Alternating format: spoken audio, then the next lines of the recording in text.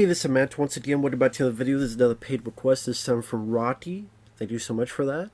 And for those interested in requesting any type of reviews, or that could be re-reviews, because I can always try to do it better, topics, reactions, commentaries, what have you, feel free to send it either directly to my PayPal or join my Patreon. Both links are down below in the info box. Now, of course, we have the Shawshank Redemption. Now, Shawshank Redemption is one of those films I'd be happy to review 100 times if given the opportunity, because yeah, a lot of people say I get harsh on movies or I hate everything that's critically acclaimed. I'm like, no.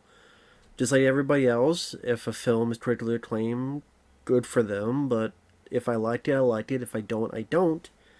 And if I don't see it, it better impress me. And you get a film like The Shawshank Redemption, and it impresses me. To a point that even in a year with Pulp Fiction and Forrest Gump, some pretty heavyweights, Forrest Gump won the Oscar that year, but I would say if I had to pick, I would give The Shawshank Redemption. Like, of that Oscar ballot.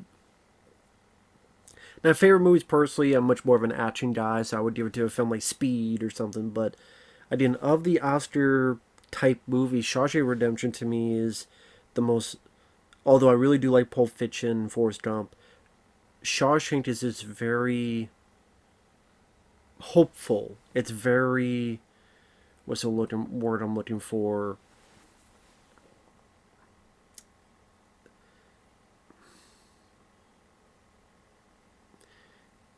In the darkest days of each person's soul, you get to see that perhaps there's a little bit of light at the end of the tunnel. And each time I watch it, it gives a nice heartwarming feeling by the end. And I think Frank Darabont did a wonderful job capturing that. And Frank Darabont, I mean, this guy, he would go on to do The Green Mile and The Mist, I think The Majestic. I never thought he really got up to the standard of this film. I don't mind The Green Mile bits and pieces. I'm not big on The Mist. I think this is still Frank Darabont's last great movie. And he had helped write the Blob remake from 1988 with Chuck Russell in them, which I love that remake. Now, this is based on a Stephen King story, and it showed that Stephen King could be part of a film that did not really have to do with horror. Of course, that had also been done before in films like Stand By Me. Has a wonderful cast. Tim Robbins knocked out of the park as Andy Dufresne, who is, as we come to find out, charged with a crime he didn't commit, goes to prison. Of course, no one believes him, as they say, oh yeah, I'm innocent too. Oh yeah, sure, I'm innocent. Lawyer screwed me over. Yep, I'm innocent too. Yeah, we're all innocent. And they come to find out, no, Tim really is innocent. And he spends at least 20 years in prison, even though he didn't do anything wrong. And about him interacting with people, you got Morgan Freeman, who narrates the film. And if you don't have a guy who stars and narrates in the film, Morgan Freeman is the guy to get. He just has that voice that just captures resonance, importance, and just every word he says, you're right there front and center. And you have people like Clancy Brown as the guard, evil guard. You have Bob Gunton as the warden. You just love to hate, and you just ready to do his comeuppance. Just a weasel of a devil of a character. But Bob Gunton did a good job with that, portraying that. Even the other prisoners, like William Sadler from Die Hard 2 and Tales from the Crypt Demonite, he was fun in his role.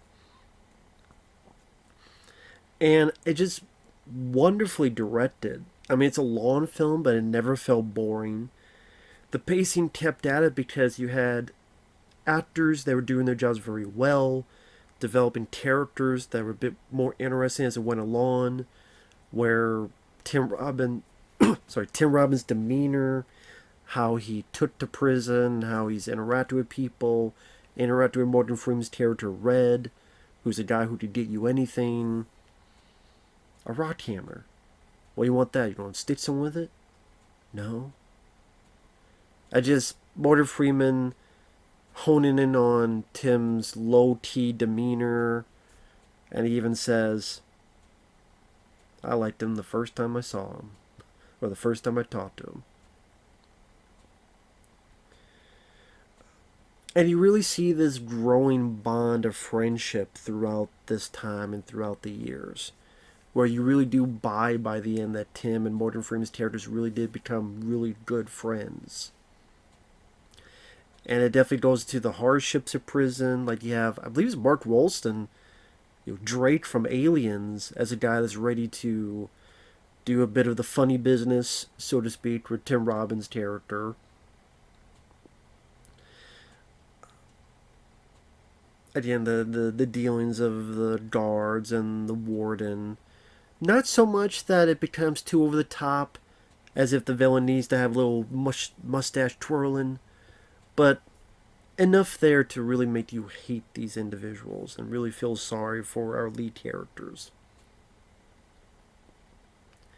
And just the buildup of how Tim Robbins becomes friends with the other inmates by, when they're doing this job, helping get 3 beers apiece, by helping Clancy Brown with his taxes because of his former job that he had before he went into prison. And then Bob Gunton finds out about this and is able to help out a bit. And a lot of dialogue that in lesser hands can come off as corny or cringy feels earned in this. Like when you have lines like, there's something inside that they can't get to, that they can't touch. Well, what? Hope. Again, in lesser hands, they come off as Hallmark Lifetime Channel quality. But again, you get the right actors, you get the right director that knows what scenes to focus in on each of the characters, knows when to have a bit of humor. Like when Tim Robbins writes every week, it gets a check, but then write twice a week. Well, actually, no, he still wrote once a week and got all these books, and they're sifting through it, and the other prisoners are helping. And William Sadler looks at one and says, dumbass. Dumbass? What? That's what it says. Oh, Dumas. Author's name's Dumas. Just little stuff like that did make me laugh.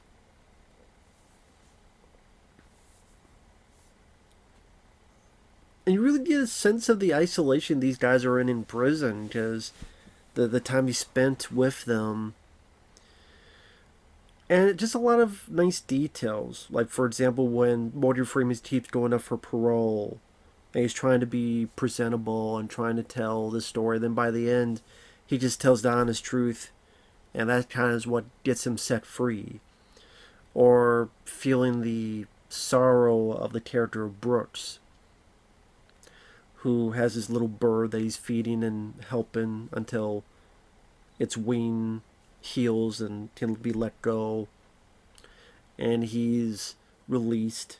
And it gets into the idea of being institutionalized, meaning that you spend so long in prison that you know nothing else of the world. You're scared, you're frightened, you don't know anybody, you're alone, you don't know what to do, until he ultimately does what he felt he needed to do, so to speak.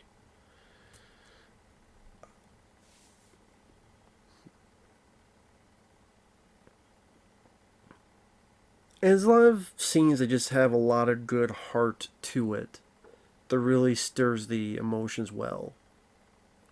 And some people may find it a bit too artsy, which I don't agree with, but scenes like when he lets the guards out and he starts playing the music, and then you have everybody in the courtyard stop and listen to the music. It was probably the first time they either heard this music, or at least the first time they've heard this music in the longest of time. So it feels like it's a little special moment for them, where they can forget that they're in these walls, closed in. Some people maybe think that's a bit much, but I didn't mind that scene.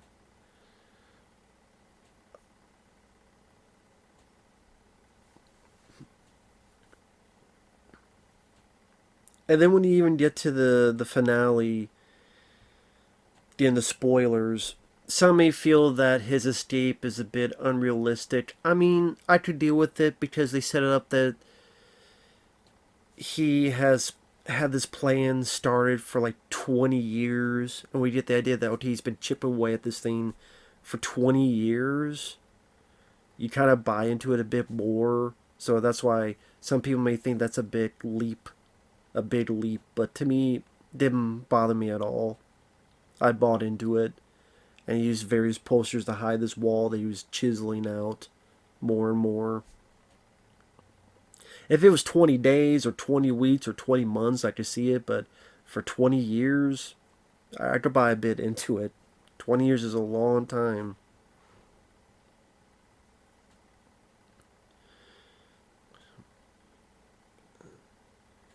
And so when he gets through those tunnels of grime and all sorts of foul substances and he gets through and he finally goes in. That's another thing that people may be like, it's a bit either preachy or a bit corny or a bit.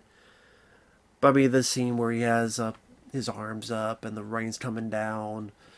I think for a film like this, it's earned. In another movie that it didn't earn that, it didn't build up to that, it may feel a bit goofy or feel about, again, like Hallmark Channel. Didn't feel that way with this. Felt it was earned. Just felt sorry for Tim Robbins' character. You really grew to hate the Bob Gunton character, knowing that he's innocent.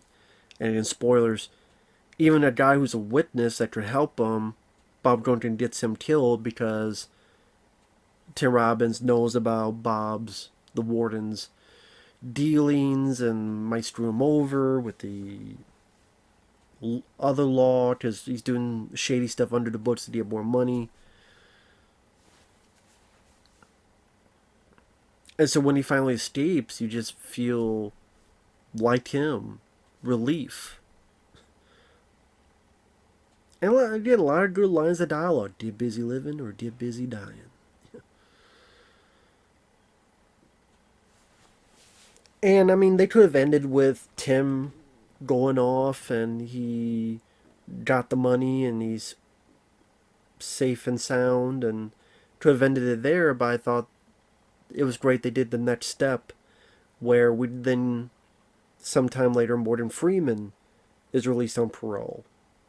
And you feel that he's going the same route and you realize that without Tim Robbins and his character and his promise, Morgan Freeman's character would have gone the same route.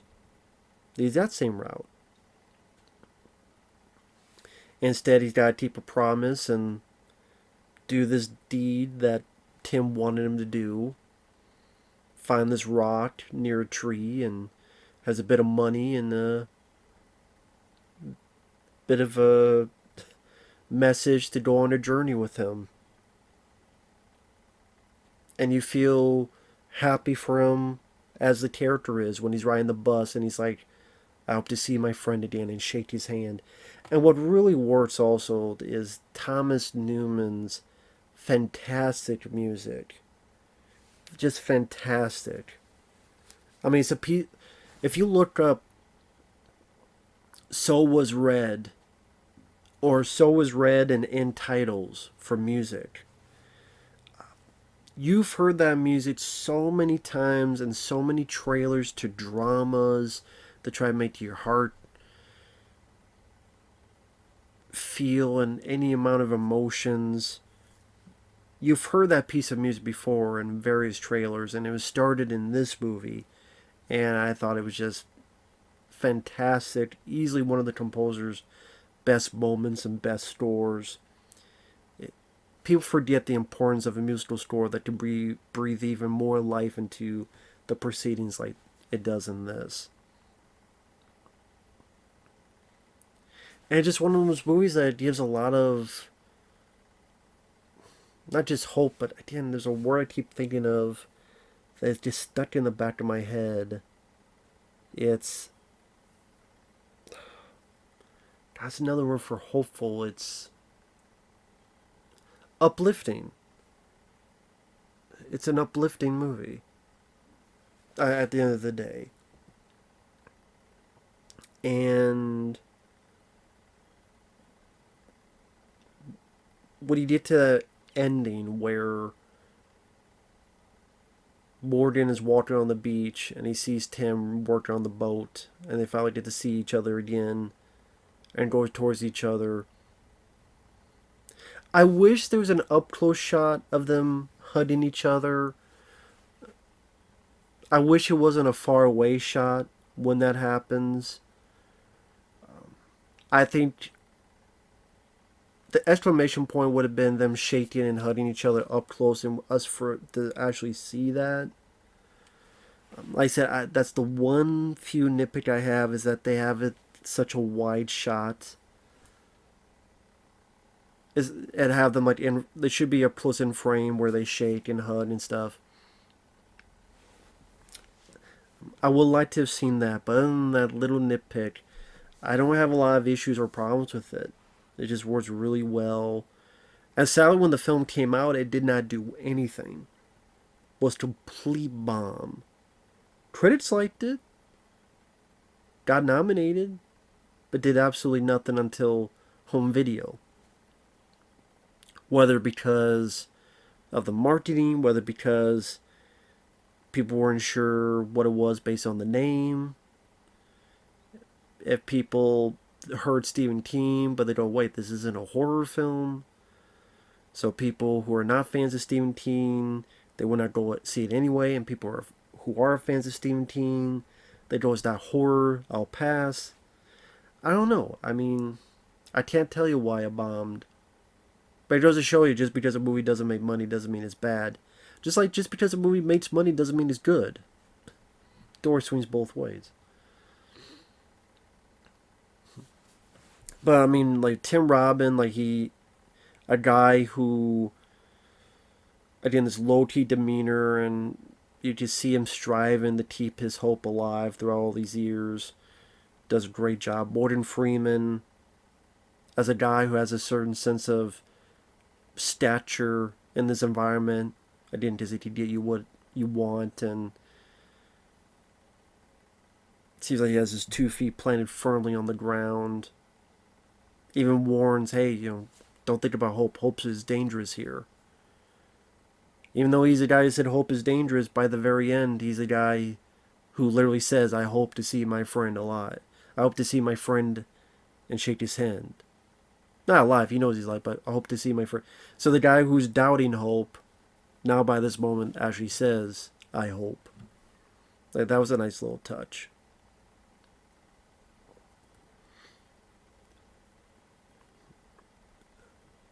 Just a really beautiful movie, heartfelt movie.